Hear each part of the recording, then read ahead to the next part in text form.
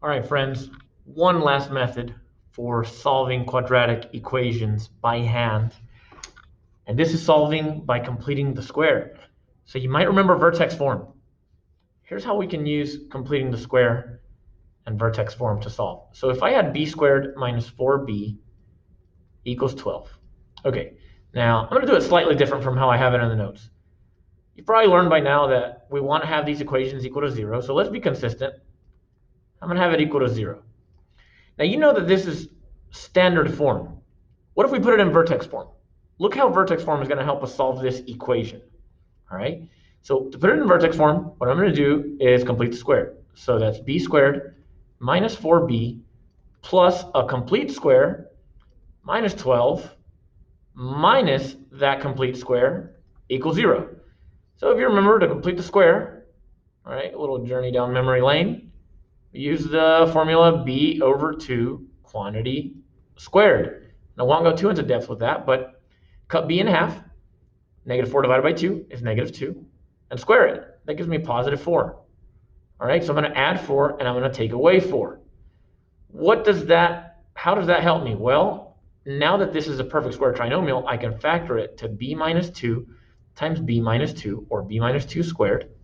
And then I can combine my terms, negative 12 minus 4, to give me negative 16. So I've got a parabola with a vertex at 2, negative 16. It's not what I'm trying to figure out, though.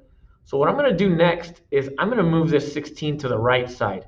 So I'm going to have b minus 2 quantity squared equals positive 16.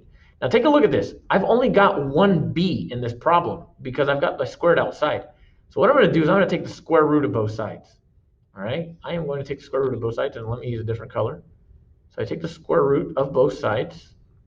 All right, I must consider the positive and negative square root here. So I'm going to be left with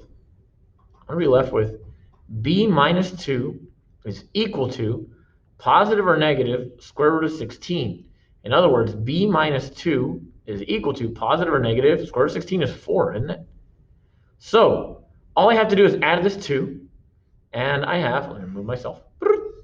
All right, and I have this. B equals 2 plus or minus 4. Well, that's a piece of cake because 2 plus 4 is 6. And 2 minus 4 is negative 2. So 6 and negative 2 are my solutions to this problem. All right, 6 and negative 2. All right, now let's clear that.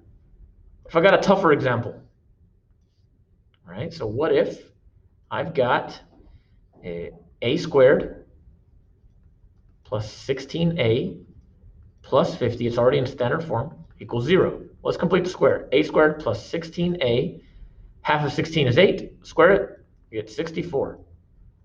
Add 50, take away 64, set equal to 0. All right, and we're going to factor that to a plus 8, quantity squared. 50 minus 64 is negative 14, equals 0. So I've got a plus 8 quantity squared equals 14. I'm going to take the square root of both sides. So a plus 8 is equal to the positive or negative square root of 14. All right, subtract my 8 to both sides, and I'm left with a equals negative 8 plus or minus the square root of 14, which is as simple as you can get that. Now, let's bring everything back around. Do you remember the quadratic formula?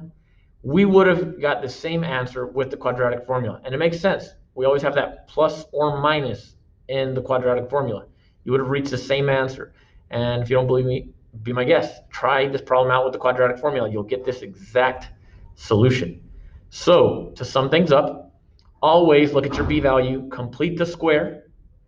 After you complete the square, factor. Keep track of your numbers, all right? If you add a number, make sure you subtract it in that same side. You could also add, right here where I added 64, you could also go ahead and just add 64 to the other side and not bother to subtract it from one side, right? So multiple ways of doing this, but it all leads you to this final answer, and this answer is irrational.